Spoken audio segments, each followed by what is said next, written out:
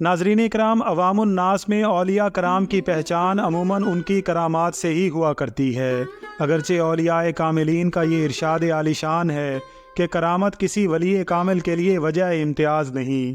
بعض اولیاء کاملین نے اپنی کرامات ظاہر نہیں فرمائیں، اور بعض اولیاء کرام نے ان علاقوں اور ممالک میں کرامات ظاہر کیں جہاں اسلام کی ترویج ضروری تھی، جیسا کہ ملک ہندوستان میں جب صوفیاء کرام تشریف لائے تو اس وقت یہاں ہر طرف ہندو جوگی اور پنڈت اپنی عجیب و غریب حرکتوں سے لوگوں کو متاثر کیے بیٹھے تھے۔ چنانچہ یہاں اولیاء کرام نے اپنی کرامات ظاہر فرمائیں اور اسلام کا نور پھیلایا۔ ناظرین کرام، آج کی ویڈیو میں حضرت خواجہ اویس کرنی رضی اللہ تعالیٰ عنہ کی چند کرامات پیش کرنے کی سعادت حاصل کر رہے ہیں، جو یقیناً آپ کے لیے دلچسپی کا باعث ہوں گی۔ ناظرین کرام، تذکرۃ الاولیاء میں ہے کہ ایک مرتبہ حضرت خواجہ اویس کرنی رضی اللہ تعالیٰ عنہ 3 رات اور دن کے فاقہ سے تھے۔ ایک روز وہ کہیں تشریف لے جا رہے تھے کہ راستہ میں انہیں 1 دینار پڑا ہوا ملا، مگر آپ نے یہ کہہ کر کہ کسی کا گر گیا ہوگا نہ اٹھایا اور وہیں چھوڑ کر چلے گئے، اور چلتے چلتے بیابان کی طرف نکل گئے اور بھوک کی شدت سے بے تاب ہو کر جنگل کی گھاس کھانے لگے کہ آپ نے ایک بکری کو دیکھا کہ اس کے منہ میں ایک گرم روٹی ہے، اور وہ بکری آپ کے پاس پہنچ کر رک گئی اور روٹی کو آپ کے سامنے رکھ دیا۔ آپ نے یہ خیال کر کے کہ نامعلوم کس کی روٹی اٹھا لائی ہے، اس کی طرف سے منہ پھیر لیا۔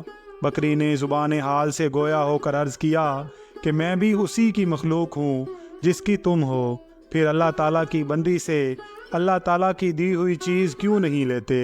حضرت خواجہ اویس کرنی رضی اللہ تعالیٰ عنہ فرماتے ہیں کہ میں نے بکری کا یہ کلام سنا تو روٹی لینے کے لیے ہاتھ بڑھایا تو روٹی خود بخود میرے ہاتھ میں آ گئی اور بکری غائب ہو گئی۔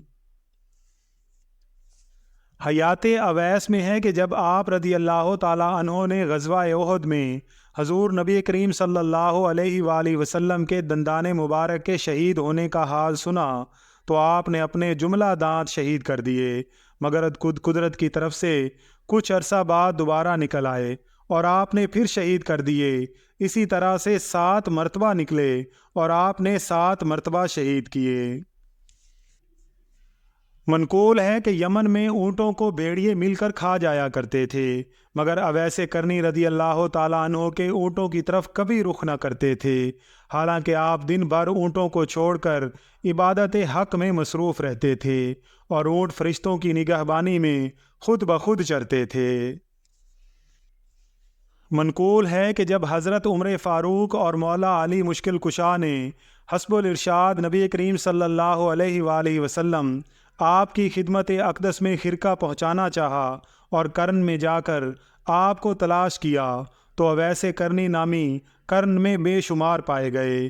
آخر جب ایک شخص سے آپ کے کچھ حالات معلوم ہوئے اور آپ ان کے پاس تشریف لے گئے تو حضرت خواجہ اویس کرنی نے کہا کہ آپ خرقہ رکھ دیں، جس کے بدن میں یہ خود بخود پہنچ جائے گا وہی اویس ہوگا۔ چنانچہ جب خرقہ رکھا فوراً اڑ کر حضرت خواجہ اویس کرنی کے بدن پر پہنچ گیا۔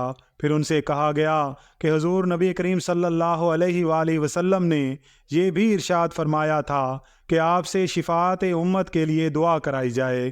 خواجہ اویس کرنی نے کہا بہت اچھا، اور خرقہ کو اتار کر بوسہ دیا اور پھر اس کو دور لے جا کر رکھا۔ پہلے غسل کیا، پھر 2 نفل نماز پڑھی، اس کے بعد سر بسجود ہو کر دعا شروع کی۔ ہاتف نے آواز دی کہ اے اویس کرنی، نصف امت تجھ کو بخشی۔ آپ نے سر نہ اٹھایا۔ ہاتف نے کہا 2 حصہ امت بخش دی۔ آپ نے پھر بھی سر نہ اٹھایا۔ ہاتف نے پھر کہا کہ عرب کے 2 قبیلہ کی بکریوں کے بالوں کے برابر بخش دیے۔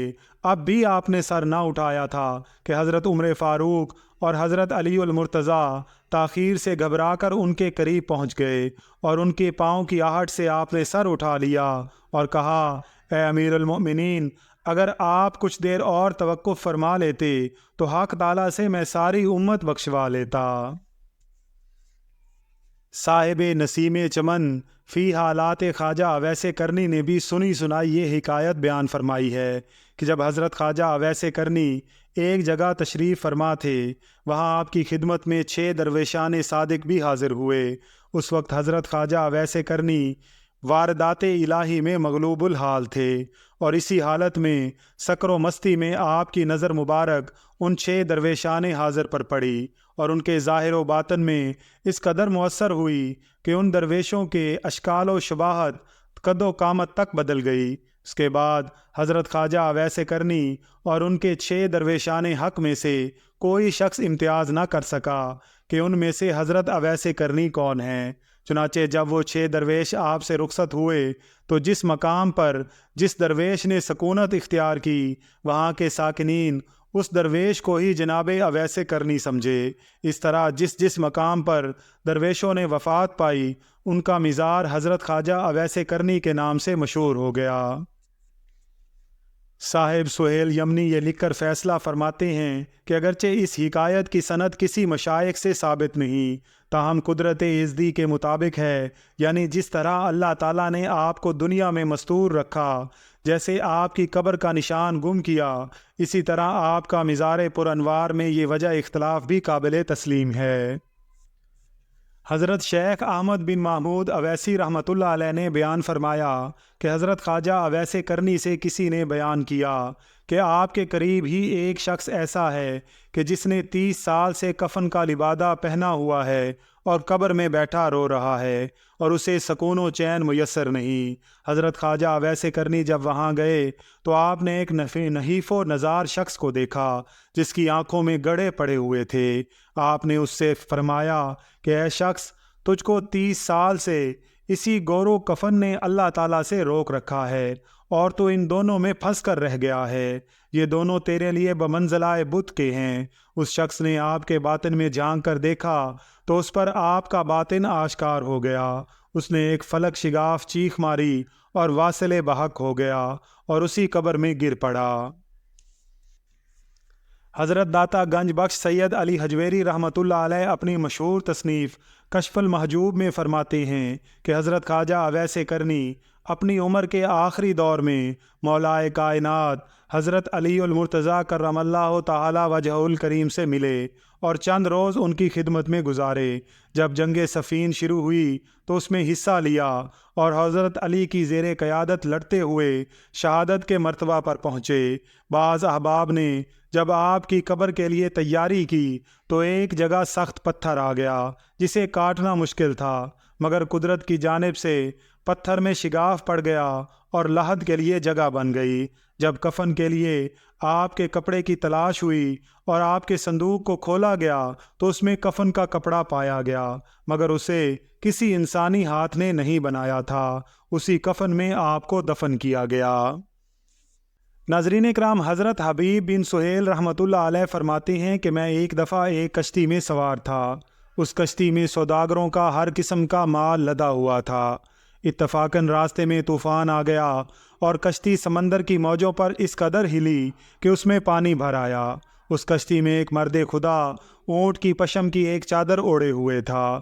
وہ بڑے اطمینان کے ساتھ اٹھ کر باہر آیا اور پانی میں کھڑے ہو کر نماز پڑھنے لگا، گویا اسے ہماری حالت کی مطلق خبر نہ تھی۔ جب وہ نماز سے فارغ ہوا تو ہم سب نے اس سے التجا کی کہ ہمارے حق میں بھی دعا کرو۔ اس نے فرمایا کہ کس لیے؟ ہم نے کہا کہ آپ کو خبر نہیں ہے کہ کشتی ڈوب رہی ہے؟ فرمایا سب اللہ تعالیٰ کا قرب ڈھونڈو۔ ہم سب نے کہا کہ کس طرح؟ آپ نے کہا ترک دنیا سے۔ ہم نے کہا کہ ہم نے دنیا ترک کی۔ کہا بسم اللہ کہو اور کشتی سے باہر آ جاؤ۔ ہم سب بسم اللہ شریف پڑھ کر کشتی سے باہر آ گئے اور پانی پر چلنے لگے اور اس کے ارد گرد جمع ہو گئے۔ ہم سب 100 سے زیادہ کی تعداد میں تھے۔ ہماری کشتی سے باہر آ جانے کے بعد کشتی با مال و متاع ڈوب گئی تو آپ نے ہم سے کہا اب تم دنیا سے آزاد ہو گئے، پانی سے نکل کر اپنا راستہ لو۔ ہم نے کہا آپ کون ہے؟ انہوں نے فرمایا میں اویس کرنی ہوں۔ ہم نے کہا کہ کشتی میں جو مال تھا وہ مدینہ کے فقیروں کے لیے تھا، اس کو ایک شخص مصر سے لایا تھا کیونکہ آج کل مدینہ میں سخت قحط پڑا ہوا ہے۔ فرمایا اگر وہ مال سارا کا سارا اللہ تعالیٰ تم کو دے دے تو کیا تم وہ سارے کا سارا مال مدینہ کے فقراء میں تقسیم کر دو گے؟ تو ہم سب نے کہا کہ ہاں۔ پھر انہوں نے 2 رکعت نماز ادا کی اور دعا مانگی۔ اسی وقت وہی کشتی مال و دولت کے پانی پر ابھر آئی اور ہم سب اس پر سوار ہو گئے، اور حضرت خواجہ ویسے کرنی وہاں سے غائب ہو گئے۔ ہم سب بخیر و عافیت مدینہ طیبہ پہنچ گئے اور ہم نے وہ تمام مال و اسباب وہاں کے فقراء میں تقسیم کر دیا، یہاں تک کہ مدینہ میں کوئی فقیر اس وقت ایسا نہ رہا ہوگا جس کو اس مال میں سے حصہ نہ ملا ہوگا۔ ناظرین کرام، ویڈیو پسند آئی ہو تو اس کا اظہار کمنٹس میں ضرور کیجیے گا۔ اگر آپ چینل پر نئے ہیں تو چینل کو سبسکرائب کر کے بیل آئیکن کو پریس کر دیجیے گا تاکہ ہر نئے آنے والی ویڈیو کا نوٹیفیکیشن آپ کو بر وقت مل سکے۔ اللہ تعالیٰ سے دعا ہے کہ اللہ تعالیٰ ہم سب کا حامی و ناصر ہو، آمین یا رب العالمین۔